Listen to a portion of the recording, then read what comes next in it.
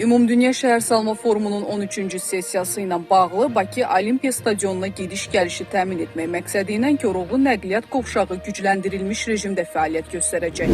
Məlumata görə bugün saat 06:00-dan etibarən K1 xüsusi servis avtobusu 7-24 rejimində Koroğlu nəqliyyat qovşağı ilə Bakı Olimpiya Stadionu arasında sərnişin daşımalarını həyata keçirəcək. Servis avtobusları Koroğlu nəqliyyat qovşağında yerləşən avtobus nəqliyyat mübadilə mərkəzinin 4A peronundan hərəkət edəcək. Qeyd olunub ki, avtobuslardan yalnız akreditasiyadan keçmiş Ümumdünya Şəhər Salma Forumunun iştirakçıları ödənişsiz istifadə edə biləcəklər.